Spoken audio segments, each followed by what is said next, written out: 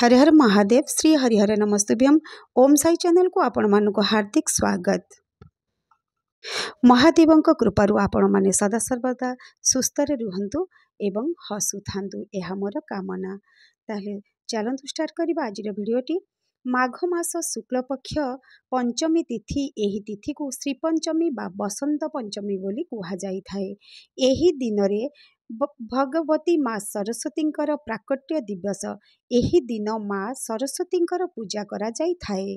कुहा जाए माँ ज्ञानदात्री माँ सरस्वतींकर कृपा जदि रुहे ताहले कंठरे माँ स्वयं विराजमान करती। मनीषर बाक शक्ति स्पृहित होई थाए माँ सरस्वती कृपारू। सेहिथिपाई से दिन माँ बागदेवी माँ सरस्वती को आवाहन करा जाई थाए। जी स्वयं बीणा पुस्तक जपामाली को धारण करी निज हस्तरे बर अभय मुद्रारे सदा सर्वदा भक्त मानकु जी आशीर्वाद देई थांती से हेउचंती बागदेवी। अर्थात जहांक ठारू कथा कहिबार शक्ति आमको प्राप्त होई थाए। आमर बागदेवी माँ सरस्वतींकर पूजा पवित्र माघ शुक्ल पंचमी बसंत पंचमी ठीक माघ शुक्ल चतुर्थी बरदा गणेशंक पूजा जेउ दिन आमे पालन करिबा ता परदिन आमे मांकर पूजा पालन करिबा। तेबे चलित वर्ष अनेक पर्वपर्वाणी जेउपरि भावरे द्वंद्वरे रही आसीछि तो सेथिपाई आम समस्तंक मनरे प्रश्न उठुछि जे आमे फेब्रुआरी 2 तारिख रे करिबा मांको पूजा ना फेब्रुआरी 3 तारिख रे करिबा मांको पूजा बा पालन करिबा। तेबे एही सबु द्वंद्व को दूर करी जेहेतु फेब्रुआरी 2 तारिख दिन 9:15 पर पंचमी तिथि आसी जाउछि एवं फेब्रुआरी 3 तारिख सकाळे 6:55 तक रहुछि पंचमी तिथि। तेणु करी 2 तारिख दिन आम पाखरे अधिक समय रहुछि पंचमी तिथि। सेथिपाई आमे फेब्रुआरी 2 तारिख दिन गृहरे विद्यालय रे माँ सरस्वतींकर पूजा करी पारिबा। तेबे मनरे कोनोसी द्वंद्व न रखी फेब्रुआरी 2 तारिख रे पूजा पालन करिबा। तेबे सेही दिन समस्त विद्यार्थी निजर पुस्तक पूजा करि थांती। एहा अत्यंत शुभ एवं आपणकर गृहरे मंदिर रे रखा जाइथिबा वेद पुराण को मध्य सेही दिन आपण पूजा करि पारिबे एवं एही दिन अनेक शुभ कर्म मध्य अनुष्ठित हुए। गृह प्रतिष्ठा विवाह जहा जहा मांगलिक कार्य सबु अछि सबु कार्य माँ सरस्वती पूजा ठारू आरंभ करा जाए एवं गोटे विशेष कार्य एही दिन करा जाए से हेउची जहाकू आमे आम मातृभाषा रे खड़ी छुआ कुहा जाए बा विद्यारंभ बोली कुहा जाई थाए।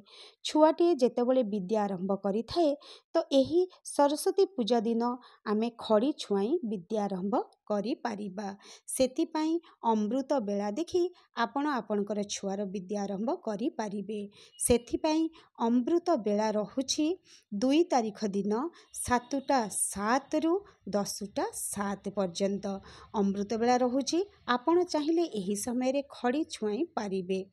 एबे आसंतु जानिबा जे किपरि मांकर पूजा से दिन करिवे।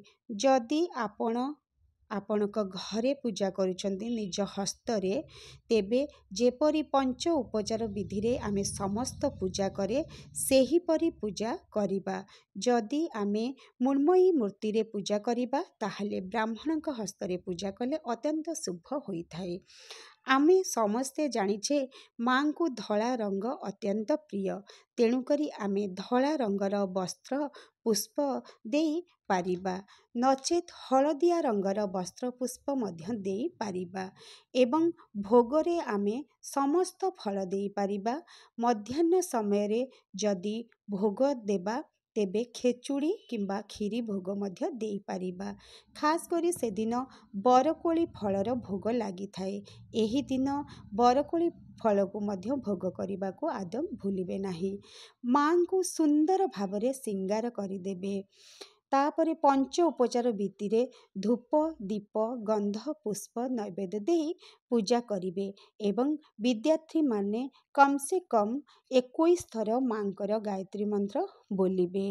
गायत्री मंत्रटी हेउछि ओम वाग्देवी विद्महे कामबीजाय धीमहि तनु सरस्वती प्रचोदयात। ଏହି ମନ୍ତ୍ରକୁ 21 ଥର କିମ୍ବା 7 ଥର ନହେଲେ 5 ଥର ଆପଣ ଜପ କରିବାକୁ କେବେ ବି ଭୁଲିବେ ନାହିଁ। ଏହି ଦିନ ମାଙ୍କ ପୂଜା ଶ୍ରଦ୍ଧା ସମର୍ପଣ ଭାବରେ କରନ୍ତୁ। ନିଶ୍ଚିନ୍ତ ମାଙ୍କ କୃପା ଆପଣଙ୍କୁ ପ୍ରାପ୍ତ ହେବ। ତେଣୁ ପବିତ୍ର ମାଘ ଶୁକ୍ଳ ପଞ୍ଚମୀ ସରସ୍ୱତୀ ପୂଜା ଅବସରରେ ଆପଣମାନଙ୍କୁ ଅନେକ ଅନେକ ଅଭିନନ୍ଦନ ଏବଂ ଶୁଭେଚ୍ଛା।